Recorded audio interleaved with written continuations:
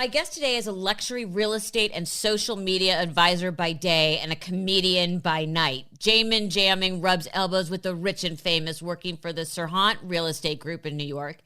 And then he hits the clubs after hours to make his name as a stand-up. His property showcase videos on social media never fail to entertain. Jamon, welcome to Group Text. Thank you, Melissa. I've been waiting for this for so long because can I tell you, one of my favorite shows on YouTube was In Bed with Joan, produced by you. Yes, thank you. So go ahead. And I think that show it's kind of like before YouTube blew up. So the formula was like, okay, we are going to invite this person to to your place in Beverly Hills, that person, and you would cross promote. And that's exactly what YouTube and the social media is right now. And you guys did it 10 years ago. Well, thank you. We're going to get to your social media advice in a few, but first I want to ask you about luxury real estate. Yes. How did you become a big fish in that? I just walk me through the process. Okay, so I would say 7 years ago, I started working as a social media manager for the housewives, because back then, 7 years ago, it was non-existent. There was no there was no talk, there was Instagram, and so you interviewed Luann before, so I was like, okay, I was working with Luann at a party, and she needed someone to help her, and I said, you know what? Pick me. I'm like young. I can do this. I can help you tweet. I can help you take photos. And you've been with the Bravo people. They are like mafia. Once you know one, you know the entire family. So Luann introduced me to Dorinda, and Dorinda introduced me to this housewife in Potomac, in New Jersey, and Atlanta. And then I just started dealing with a lot of them. And what's really funny was, and then during the pandemic, things kind of stopped, and I had to, take a look, say, hey, what do I want to do now? I'm, stuck at home. I was watching Selling Sunset. And to be honest, being a real estate agent is something that a lot of New Yorkers do, right? Right. A lot of New York, I just got my license, called someone, hey, I'm starting to sell real estate now. Do you want to buy or sell with me? And miraculously, I've sold so many apartments through whatever the rich and famous connection or my own boots on the ground. And that selling real estate helped me regain some of my confidence back to doing stand-up. Because when I was with the housewives, I stopped my comedian dream. Because I was like, these people are so interesting. I would never be as funny as them. But things are working so much better now. Okay, so we're going to go in a specific order, because everyone loves real estate porn. Yes. Okay. What is the biggest sale you ever made? The biggest sale I've ever made was $4.5 million in Tribeca. And what was it? 11 West Street, $4.5 million. Yes, in Tribeca. And Doja Cat came and see the place, and she didn't take it. And if we want to drop names, and a lot of celebrities came and see the place. It was a duplex in New York City, teeny tiny. Okay, it's 3,500 square feet compared to LA. It is not as big, but it's just Tribeca and Soho. People really love it. The new age of celebrities. People love that area. People also love Dumbo a lot. So, just like not to show off or anything. Tomorrow I'm showing Brian Kelly, who is the Points guy. I'm not sure if you have heard of him. Yes. Who has a blog. He's going to drop like a lot of money on the Dumbo penthouse, hopefully. Well, explain what Dumbo is. Dumbo is this little area, right off the bridge. You can see Manhattan. Okay, very often people buy Manhattan and they see New Jersey. So I feel like, okay, I have to sell it. I sold the apartment at Hudson Yards. And when people come in, I was like, yes, you're buying this New York City primetime real estate, but you can see New Jersey. The grass is always greener, right? In New Jersey, there's a lot of grass. And yeah, so that's the luxury porn. And the biggest sale I have, which is not sold yet, it's $13.9 million. Trump World Plaza. That one hasn't sold yet. But I tell everyone Trump is going through something right now. But back in the day, he built great apartments. Or she. So yeah, right. I was saying she because I keep saying that I haven't seen Joan Rivers' apartment in New York City, which is on sale right now. Again. What made you start doing the videos? Because everybody loves I know I always stop for apartment tour videos, house tour videos. Why did you think that was a good sales tool? Because I think that, I am a comedian. I think I gotta find a way to talk to someone. Okay, if I send a text, a lot of real estate agents send text messages, and I send text messages too. Just to arrange stuff. But videos are so much more personal, and if I can make someone pay attention to details that people wouldn't normally pay attention to, or have them walk away and say, hey, I didn't like that apartment, but I really like whatever schmuck that's showing it. That would be a success for me. Yeah. Okay, so you're talking about comedy. How did your love of comedy begin? Were you funny as a kid?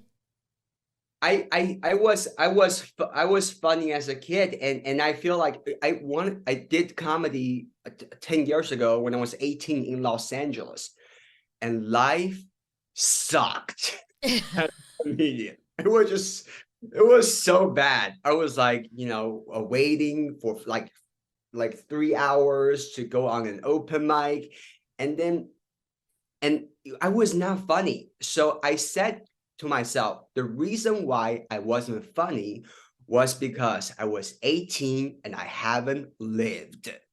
Okay. So that was the reason why I wasn't funny. And funny enough, I flew to New York for like a fancy schmancy fashion show, and I met Joan Rivers. Like out of nowhere at Plaza Hotel. It's the most New York story ever. I was like, holy moly. And that really inspired me, and to kind of, and I feel like, and that's when I moved from LA more to New York focus, because I feel like in New York you just have so much going on. The least funny person are for some reason interesting in New York City. That's why I came here and to New York City and really start hanging out with the housewives, get to know different people, sell real estate, do my own shit. And now it's very hard for me to not be interesting. It's very hard. It's very hard. It's a tough gig. And so much about real estate is about communicating. Yes. And it's true. If you make someone laugh, yes, you bond with them. Yes. And now, I always tell people I'm a comedian and I'm a real estate agent at the same time. So I see the world a little bit differently. I remember I was, showing, I'm an Asian guy, right? So really? Oh yeah, you do know. I was like, sometimes I get a little bit, apprehensive when I show like a wide variety of clients. And one time this old white dude who kind of looked like Santa Claus came in. And when I was showing him apartment, he wasn't really following along. I was like, the first reaction was, it must be that he's a little bit old and I wasn't being attentive enough. So I started screaming loud, this is the view. This is the square footage. And he still wasn't following along. I was like, what could I be? Like whatever racism or like microaggression. And it turns out he was from Germany. He didn't speak English. So He was really just checking out the place. He could have given you a heads up on that. Right. And once we broken through that, nicest guy. And How did you communicate with him? He had an agent who also didn't speak English. So I was the blind leading the blind. I was like just doing my best, showing him the view, telling him tax abatements, like I bet he understood that in English. right, very specific details, and just wasn't, I feel like open houses for me was kind of like doing a set, getting the vibe, and he wasn't feeling it. But at the end, I was like, okay, we got a great showing in the end. So obviously being funny and doing comedy has helped real estate. How has your real estate business made it into your comedy? Wow, that's a great question. So we I would assume you would talk about trials and tribulations of real estate in your sets. Exactly. And I remember a few like two months ago, this couple came, and they were purchasing an apartment on I would say 72nd floor. So it was a long elevator ride. Yeah. Very long elevator ride. That's the time to really talk, right? So, but to be honest, as a comedian, like a 72nd floor elevator ride was a little bit too much for me. It was like you gotta squeeze in a lot of stuff. And eventually we talked about how did you guys meet? And they were, oh, we met at a bar. Da, da, da, da. And I was like, oh, cool. You guys been together for a little bit. They were like, a month. I was like, you guys met for a month and you want to buy an apartment together? That was kind of shocking to me because, I was like, well, a mortgage starts with 30 years, just in case you guys, FYI. They ended up renting something together, which was great because, I just don't know if you guys want to make that commitment. Nice. You became a marriage counselor. Okay. So you told us how you met Luann and then Dorinda. What kind of shape was these housewives, was there social media in then? Was it so new that they didn't know? Because there's ones like Bethany and there's certain ones who were like on it from day one and knew how to work it. Did they just not know how to work it? I mean, what did you teach them? I think they always, okay, if they are a housewife, they know the magic sauce. Okay, they know what makes great TV. But I think what I came in to help is when you're a housewife, you are so busy. You have to fight with your friends. You have to do confessionals. You have to go to page 6, like Hollywood. You have to do the press tours. You have to film. You have to throw parties. Sometimes you have like BravoCon, which, you went. Where you and I ran into each other. Right. So you kind of just have to, wrangle them, say, hey, this is the real world, but there's also the social media world. Make sure you tweet, make sure you Instagram, and there's always different trends going on. What I have found recently is that photos don't really make sense anymore. People I think people, unless it's an epic photo with like, Oprah and Dwayne Johnson, hanging out, like exactly kissing each other. But people want to see a reel. People want to see a short video where you're looking sexy or you being funny. So that's the world that we are coming into. Yeah, I read an article the other day saying Instagram is full of people professionally entertaining you. Professionally, we want to entertaining you professionally. Instead of you hanging out with with your dog or kids, like, hey, we're at a park. No, that's not. The park photos for some reason don't really make the cut, which is sad, I think. Yeah. Right. What about, everyone says that nobody young is on Facebook anymore. And what about TikTok?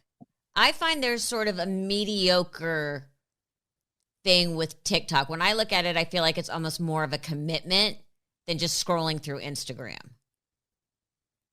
What do you mean mediocre commitment? Make more of a commitment. Okay. Oh, okay. Yeah, where I can scroll through Instagram. TikTok, you have to have the volume. You're committing to watching a whole thing. Is that why? Is that why it gets less response than, let's say, an Instagram, which is clearly the industry leader? It's still the big dog.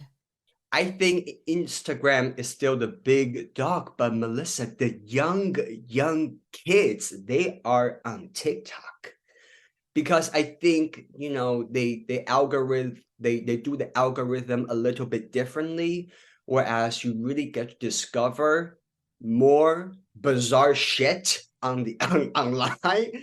Like, so it's really about that addictive. I spend like 40 minutes watching someone smashing bottles because it's fun. Why not? A cat playing piano. Why not? So I think that's what TikTok about. You don't really go on TikTok to connect with your friends. You go to TikTok to find bizarre entertainment. Or Matt Wright, right? Our Right.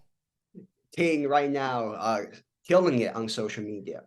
So TikTok is definitely the place to be, to make a splash if you are an entertainer. I'm not that big on TikTok. I'm still trying to crash the magic sauce. I mean, I would think for a Chinese app, they would like to promote some of their own people, but I haven't. Where's the love?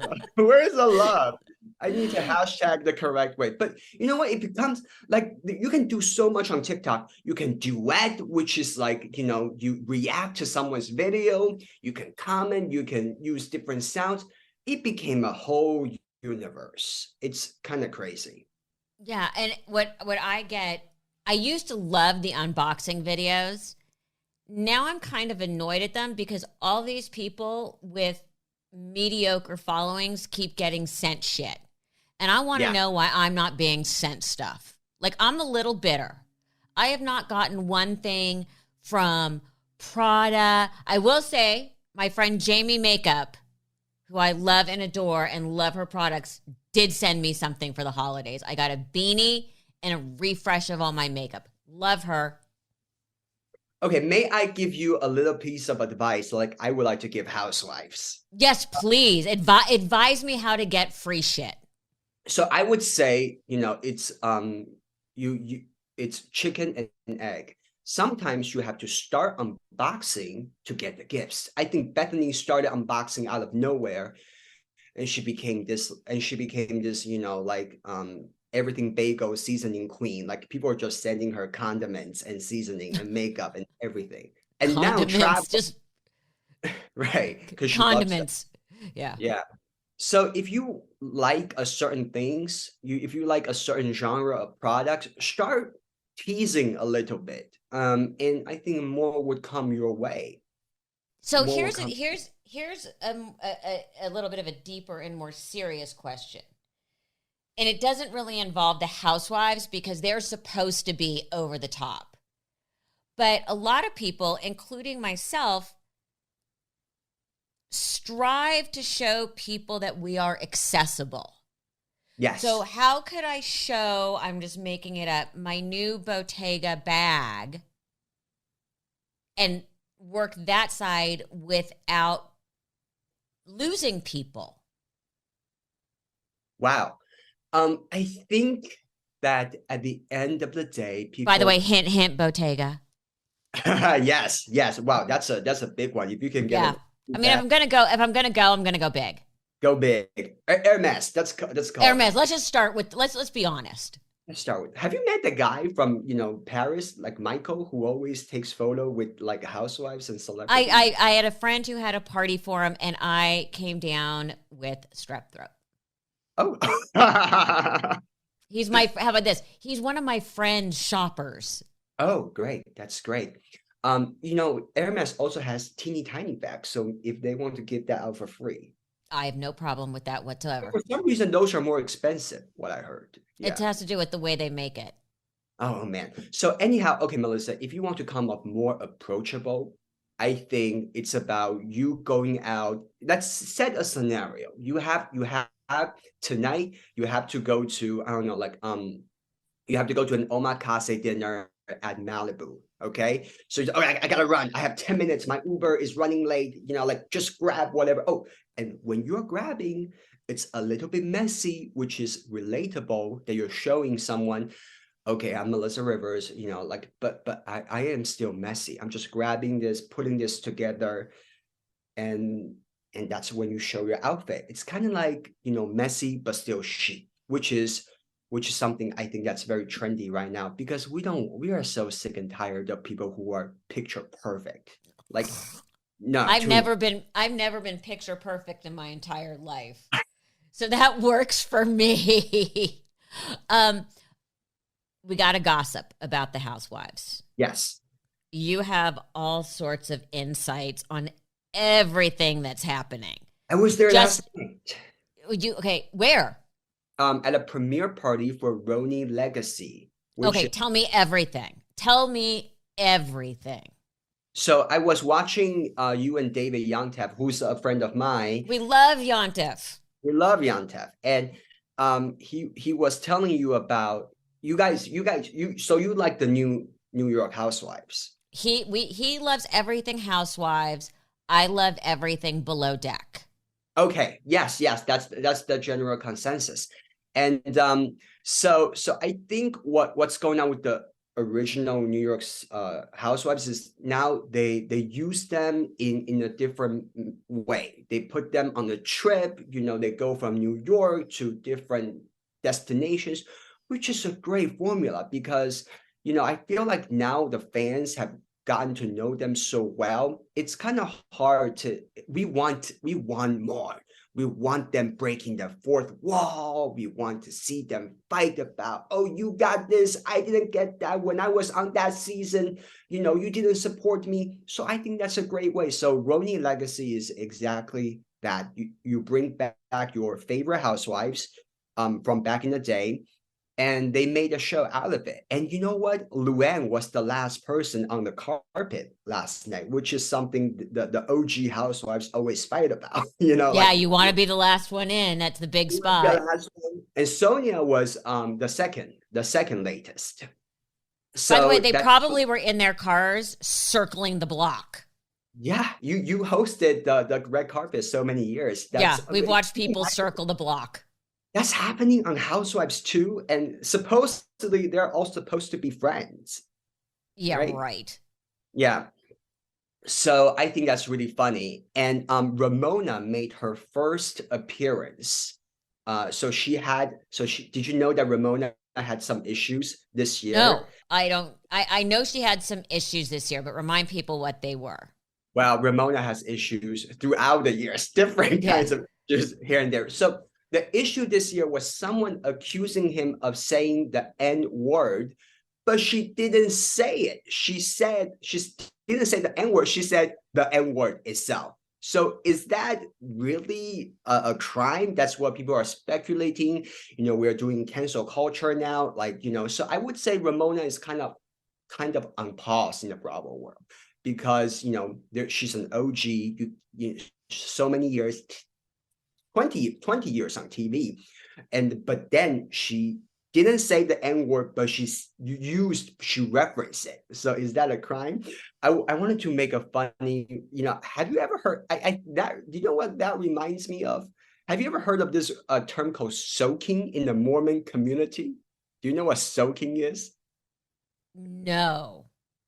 I'm guessing they talk about it on Salt Lake. Yes. Yeah. So this is what I learned from soaking. So soaking in the Mormon community is they are not allowed to have sex prior to marriage, right? So what they do is that a guy will put his penis in without moving. So that way, did you have sex? So I was like, okay, then did Ramona really use the N-word? But so I feel like the housewives will always have gossips going on. That's the machine that keeps on turning. Yes. What do you think? Is Jenna Lyons coming back or not? I think she is. I am in agreement with David Yantev that Jenna, you know, you love her, right? Yeah. She knows exactly what she's doing, and she will come back. And maybe the next season will be her last season. Who knows? But I think she will definitely come back. Do you think any of the new New York City housewife is funny? Do any one of them stands out to you other than Jenna? I don't know if I ever thought they were funny per se. It was funny laughing at the situations and the behavior, but not ha ha funny. Because, you know, I feel like the housewives now, when they do their confessionals, they are all trying to be a different version of a comedian. They are squeezing the lines in. God bless them. What would we all do if we didn't have them to talk about? Okay, before I let you go, a serious question. Now people, you know, and I think about this because of my son. You know, people are looking at social media when they're applying for jobs and doing all those kinds of things. Fortunately, my son was very educated about dealing with the public from a very young age, having nothing to do with social media.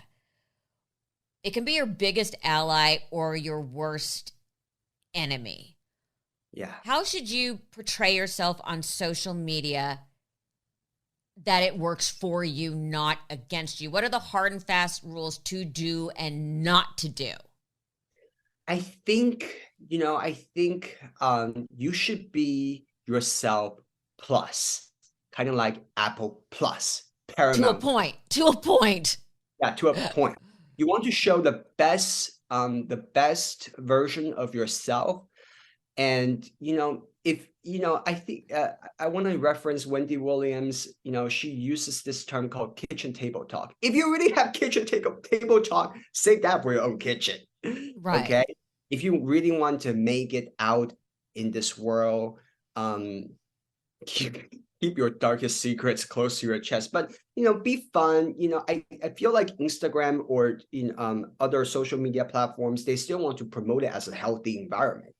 So, you know, if you really have, you know, do your best. If you have like a version of yourself that you really want to accentuate, you know, show that.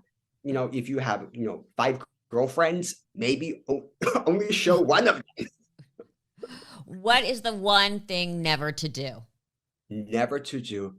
God, I think, you know, so many bankers don't have Instagram. I hope, you know, I think everyone knows that if you're a banker, oh, you don't have Instagram, or you only post photos of ramen and expensive sushis. That's, you know, I like sushi. There's no way that you can have controversy around that. The one thing that you should never do on social media is let's just don't DUI, don't social media under influence. That makes great sense. Yeah. You are lovely, Jamon Jamming. Thank you so much for A, the lessons, and B, the gossip. And we learned about social media, Real Housewives, comedy, and real estate. We learned about so much today. Thank you so much for joining us. Thank you, Melissa. I adore you.